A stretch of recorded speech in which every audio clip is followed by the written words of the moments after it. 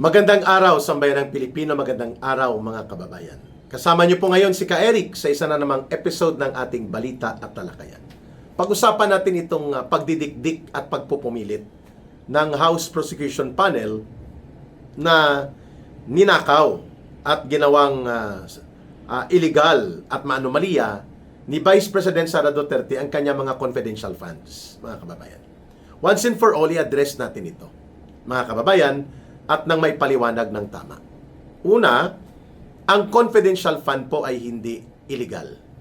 Ito po ay ginagamit at allowed by law. At ang pinakamalaki na confidential fund ay ang sa presidente mismo. Close to 5 billion pesos per year ang confidential and intelligence fund ni Marcos Jr. And every year, at the end of the year, to the last centavo ubos ang 5 billion pesos halos taon-taon na confidential in intelligence fund ni Marcos Jr. So ni katiting lang kung ikukumpara natin ang nangyari na 2 taon na may confidential fund si Sara Duterte sa Vice President at sa kanyang Department of Education. Pangalawa, hindi lang po si Sara Duterte ay may confidential fund. Sinabi ko na kanina kay Marcos, halos more than 80 to 100 agencies of government ang mayroong mga confidential fund. Ang magkakapatid na Rimulya, nung si John Vic, nung si Boying Rimulya ay nasa Department of Justice pa, kasama si John Vic Rimulya sa DILG, each one of them ay may around 500 million pesos every year na confidential fund. Hindi pa natin alam sa ombudsman kung mayroon din si Boying, malamang mayroon dyan sa panibagong budget niya na hihingin. So, hindi lang po si Sara Duterte ito. Kung hindi ipokrito at tarantado itong House Prosecution Panel at hindi gawa-gawang misteryo ang kaso nila, ba't hindi nyo inuna si Marcos Jr.? Saan niya ginagamit ang mga confidential fund niya? Kasi kung paano ginamit ito ni Sara Duterte sa standard of audit at sa standard of reporting, kapareho din po yan ang standard of audit and reporting sa lahat. O bakit singled out si Sara Duterte? Uulitin ko po, close to between 80 to 100 ang mga agencies of government na gumagamit at mayroong items sa confidential fund. So hindi tama yung sinasabi ni Ping Lacson na ang confidential and intelligence fund, nire-request mo lang yan kung kailangan. No! It is part inherent na ginagamit ng mga agencies of government yan. Hindi po mali yan. Lalo na kung yan ay ipapasa at papayagan sa budget. For example, siguro hindi rin bababa sa mga 500 million ang confidential fund ng Bureau of Customs. Pero grabe pa rin ang nakawan. Grabe pa rin ang smuggling. Di po ba? Terrible. Sa Bureau of Immigration and Deportation, BID, mayroon din confidential fund. NBI. At AFP, PNP, DOJ, DILG. Marami pa na mga agencies of government.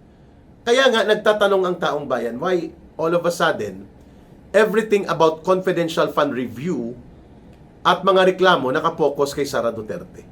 Just because may pangalan na Mary Grace Piatos at Yoyoy Villamin o kaya kung ano mga alias, ginagamit din po yan ng mga iba pang agencies of government ang mga alias na ito sapagkat yan po ang tinatawag na tradecraft and protocol in the intelligence fund.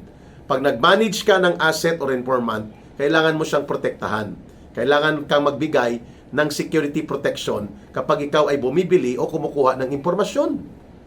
At yan ay allowed under the rules of the audit. Ngayon, bakit hina-highlight ang withdrawal, magkano wini-withdraw? Hindi po yon essential issue. Ang essential issue, saan ginamit? Paano ginamit? At paano ito nag-resolve into a standard of audit pertaining to the guidelines patungkol sa mga confidential and intelligence fund. Yun ang dapat na-establish kung ito ba ay hindi ginamit sa confidential and intelligence purposes. Alam naman po natin na magkaroon po ng oportunidad na naitalaga si Vice President Sara Duterte bilang concurrent secretary to the Department of Education. Ang kalaban po dyan ay CPP, NPA, NDF all over the country. nag-i-infiltrate ang CPP, NPA, NDF sa Alliance of Communist Teachers or yung ACT teachers, both party list and organization. And we have more than 800,000 public school teachers, elementary and high school. At ang CPP, NPA, NDF, ginagamit niya ang ACT para mag-infiltrate, mag-build ng underground mass organization, mag-recruit para sa Communist Party of the Philippines, sumuporta sa New People's Army at sa National Democratic Front. At mayroong underground organization na illegal at ito ay listed as terrorist organization operating inside ACT at ginagamit ng Communist Party at ng NPA. Ang pangalan nito ay Kaguma, Katipunan ng mga Gurong Makabayan, Kaguma. And Kaguma, which is listed as a terrorist organization, ay lumalangoy at nagtatago sa isang front organization na Alliance of Concerned Teachers, kaya tinatawag minsan niya na Alliance of Communist Teachers. Kasi front organization talaga yan ng CPP, NPA, NDF. I should know. And it is affecting, every year, ang affectation and threat ay nasa 800,000 public school teachers, elementary and high school, na ginagamit ng CPP, NPA, NDF ang ACT as front cover, at sa loob nito nag-ooperate ang CPP, NPA, NDF gamit din ng underground organization na nakatago na Kaguma, Katipunan ng Gurong Makabayan. So when Sara Duterte was the Vice President, she was confronting all these security threats sa kanyang departamento all over the country, affecting 800,000 more or less na mga public school teachers and elementary and high school. Maliban po sa ACT as front organization na may nakatago at nakabaon na Kaguma, Katipunan ng Gurong Makabayan, listed as a terrorist organization together with the CPP, NPA, and NDF by the Anti-Terrorism Council. Nandyan din po ang mga front organizations ng CPP, NPA, NDF sa hanay ng kabataan at estudyante. Kagaya po ng Anak Bayan, Kabataan Party, not Akbayan, may Akbayan Youth, pero yun ay mga hilaw na komunista. Pero kaalyado din ang mga komunista. Grupo naman nila Hontiveros yun at nila Chel Jokno. Mayroon pong Anak Bayan, hiwalay ito at iba pa sa Akbayan at Akbayan Youth. Mayroong League of Filipino Students, mayroong College Editors Guild of the Philippines, mayroong National Union of Students of the Philippines, and so many more na mga ginagamit ng CPP, NPA, NDF, just like ACT. Ang Kabataan Party at Anak Bayan ang pinakanotoryos sa League of Filipino Students na mga front organizations na pinapatakbo at ginagamit ng CPP, NPA, NDF para mag-recruit ng mga underground at nakabataan upang pasampahin sa NPA at maging Communist Party cadre. Kagaya po ng sinabi ko, may Kaguma sa loob ng ACT. Ang Kaguma, illegal po yan at yan ay konektado sa armadong pagkilos ng CPP, NPA, NDF. Katipunan ng Gurong Makabayan sa mga sektor naman po yan ng teachers, public school teachers, both elementary and high school. Ang CPP, NPA, NDF may tinatayo din po na lihim at patago na organisasyon sa hanay ng mga front organizations nila. Ito naman ang KM, Kabataang Makabayan. So sa mga chapters ng Anak Bayan, League of Filipino Students, College Editors Guild of the Philippines, Kabataan Party, nagbubuo ang CPP, NPA, NDF ng UGMO or the Underground Mass Organization na tinatawag na Kabataang Makabayan, KM. And it is affecting thousands and thousands of our students. Kung kaya nga every time may mga enkwentro ng mga sundalo at pulis laban sa mga NPA na mga teroristang grupo, karamihan po ang namamatay dyan, mga kabataan na nire-recruit mula sa UP, UP Diliman, PUP, and even sa mga high school na mga sakop ng DepEd. And that these are realities and facts na hindi pwedeng i-deny ng gobyerno mismo, lalo na ng National Intelligence Coordinating Agency, ng Armed Forces of the Philippines at ng Philippine National Police, na ang pagre-recruit sa kabataan ay isang seryosong banta sa seguridad ng bansa. At bilang DepEd Secretary si Sara Duterte, obligasyon niyang ito ay harapin. And because of that threat of communist terrorist infiltration sa sektor ng edukasyon affecting hundreds and thousands or millions of Filipino youth, decades and decades already, at pati sa mga public school teachers natin at public school employees natin. Kailangan ni Sara Duterte dyan ang confidential fund. At isang elemento ng confidential fund ay ang confidentiality of the information, including mga informant, mga assets, at pati na po ang tipo ng mga intelligence project and operational project na mayroong pinupunduhan at ginagastusan mula sa confidential fund. Kaya nga confidential siya. Kulukoy itong si Jokno, kulukoy itong si Dilima, itong sila Luistro, walang alam o nagbubububuhan dahil iba ang interes nila. Bubulat-latin nila ang confidential projects, ang intelligence projects upang ipapahamak ang naging project and programa ni Sara Duterte kasama ang mga informant at mga assets nito. Mga kababayan, ang CPP, NPA, NDF po ay seryosong banta. Decades and decades ang nagbabanta para wasakin ang future at security ng kabataang Pilipino ay ang CPP, NPA, NDF. Ulitin ko, hindi lang po front organizations kagaya ng Anak Bayan, Kabataan Party, LFS or League of Filipino Students at College Editors Guild of the Philippines, National Union of Students of the Philippines, infiltration sa Student Council, infiltration sa mga university publication. Diyan po ako nagsimula, kaya kabisado ko yan. They are also organizing ang CPP, NPA, NDF ng Kabataang Makabayan. Yan po ang first step para ikaw ay ma-recruit papuntang NPA at papuntang Communist Party, papuntang NDF. Klaro? So, tama lang na mayroong confidentiality and element of secrecy ang mga misyon and programa na ginastusan at pinunduhan ng confidential fund at intelligence fund when Sara Duterte was still part of the Department of Education being the concurrent secretary designated by Marcos Jr. Anong problema doon? Di ba? At ganoon din po sa Office of the Vice President. Katuwang naman siya ng gobyerno si Sara Duterte. So bakit tayo mag-aalangan na nagkaroon siya ng mga confidential fund mahigit 100 po na mga agencies and bureaus and mga component na mga organisasyon ng gobyerno natin ay mayroong mga confidential and intelligence fund at uulitin ko po, ang kay Marcos Jr. nga umaabot ng 5 billion pesos every year. At wala man lang itinatanong itong mga kulukoy na kagaya ni Jokno, ni Dilima, na Hontiveros at ng mga kasabwat nila na pinapalabas nila na parang ninanakaw ni Sara Duterte po ang confidential fund and intelligence fund. Pati po ang mga style ng pagtatanong, ang presentation na parang patago at palihim na hinahakot ang pera. O ba't hindi nyo yan tinanong doon kay Marcos Jr.? Anong ginawa niya sa confidential fund niya na almost 5 billion pesos every year? To the last centavo, ubos. Ba't hindi nyo tinanong yan kay Boying Rimulya, kay John Vic Rimulya? At sa iba pang mga agencies of government? Why only Sara Duterte?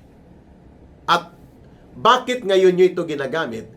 Kung anong standard ng audit and report na ina-apply sa confidential fund ni Sara Duterte when she was having those funds, nung panahon na mayroon pa siyang pondo nito, even sa DepEd pa, kaparehong standard din dapat ang i-apply sa lahat. O bakit parang atat na atat kayo na palabasin na dinadaya niya ang kanyang confidential and intelligence fund? So nakita nyo na kung paano ang basis at gaano kabigat yung threat of the Communist Terrorist Organization, CPP, NPA, NDF infiltration sa sektor ng edukasyon at pati po bilang Vice President siya, alam ni Sara Duterte ang bigat kung papaano po winawasak ng CPP, NPA, NDF ang ating mga institusyon sa pamamagitan ng infiltration, radicalization, recruitment, and underground operations. Decades and decades na ginagawa nila ito. At nilabanan yan ni Sara Duterte kasama ng kanyang tatay, kasama kami nung binuo namin ang National Task Force to End Local Communist Armed Conflict. Kaya ako nagkakaso kay si Lorraine Badoy, kay Atom Araulio, kay Carol Araulio, kay Teddy Casino. Ongoing pa ngayon. O bakit walang nagtatanggol sa AFP at sa PNP at sa NICA kay Sara Duterte? That indeed yan ay tama lamang, sapagkat kung wala ang mga confidential fund Mahihirapan kang bumili ng mga impormasyon, mag-recruit ng mga informant at mga assets. At hindi mo masusustain ang confidential and discreet intelligence projects kung wala kang pondo all over the country. Lalo na kung DepEd ka. Dahil involved ka sa pag-protect ng kabataan ng mga guro at mga kawani ng departamento. Lalo na ang mga kabataan na as early as 13, 14, 15 years old, pinagre-recruit yan ng CPP, NPA, NDF, lalo na sa mga public high school, mga kababayan. So ako, sa tingin ko, kailangan lang ni Sara Duterte ito may paliwanag ng maayos. Kasi the confidential fund and the intelligence fund na sinasabi ng House Prosecution na parang dinaya, ninakaw niya, ay lumusot naman po ito sa audit report and audit evaluation. Ang hindi nga natin nakita, yung malalaking mga confidential fund na magbabalik tayo sa paniningil at pagtingin sa confidential fund ni Marcos Jr. At ng iba pang mga agencies of government. Bakit kay Sara Duterte lang? Mga kababayan, ang threat sa pangsiguridad na kalagayan ng ating bansa, partikular sa mga pampublikong paaralan, mga guro, mga empleyado, kawani, at mga kabataan at estudyante, nung si Sara Duterte po ay nasa Department of Education, and even until now that she is the Vice President, yan po ay mayroong malaking tungkulin din siya, nagampanan niya dapat yan, at katuwang siya ng Presidente sa paglaban sa mga banta sa seguridad ng ating bansa. Samantalang yung mga dapat imbestigahan, yung CPP, NPA, NDF na mga party list, na nakakakuha ng billions of funds mula sa gobyerno, hindi man lang iniimbestigahan.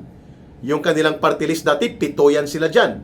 Bayad muna, amoy pawis, Kabataan Party, recruiter ng NPA, Gabriela NPA Laber, at ang Alliance of Communist Teachers. O sana punta po for the last 22 years ang kanilang mga confidential, ang kanilang mga budget at mga pondo, billions and billions of pesos. Bakit hindi ito iniimbestigahan? Yan ang dapat imbestigahan at kasuhan. Yan ang dapat pinapatalsik sa gobyerno. Ngayon, may 3 pa sila. Si Antonio Tinio ng Alliance of Communist Teachers, nandyan pa. Ganon din si Sara Ilago ng Gabriela NPA Laber Party List. At itong si Reneco na Kabataan NPA Recruiter Party List. And they are given free access to the information of the government while they are working and operating at the same time as CPP, NPA, NDF, urban infiltrators and urban cadre operators. Mayroon pa silang pondo at nakakakuha pa sila ng mga maleta at kasama sila ni Marcos at ni Romualdez para protektahan sila at gamitin kontra sa mga Duterte. Alam natin propaganda nila ito, ang atake nila sa mga confidential fund di umano laban kay Sara Duterte. Ayan mga kababayan, at least nakapagbigay ako ng input, bibigyan ko, dadagdagan ko ito mamaya pag nagkaroon po tayo ng pagkakataon. Maraming salamat sa pakikinig at panonood. Please like, share, and promote our videos para sa kaalaman at paninindigan ng ating mga kababayan. Mahalin natin ang bansang Pilipinas, walang ibang magmamahal nito, kundi tayo ring mga Pilipino. Para sa Diyos at sa Pilipinas nating mahal, may God bless and protect you. And to those who are Muslim, brothers and sisters, Allah be with you. Bye for now. Ito po si Ka Eric. Mabuhay!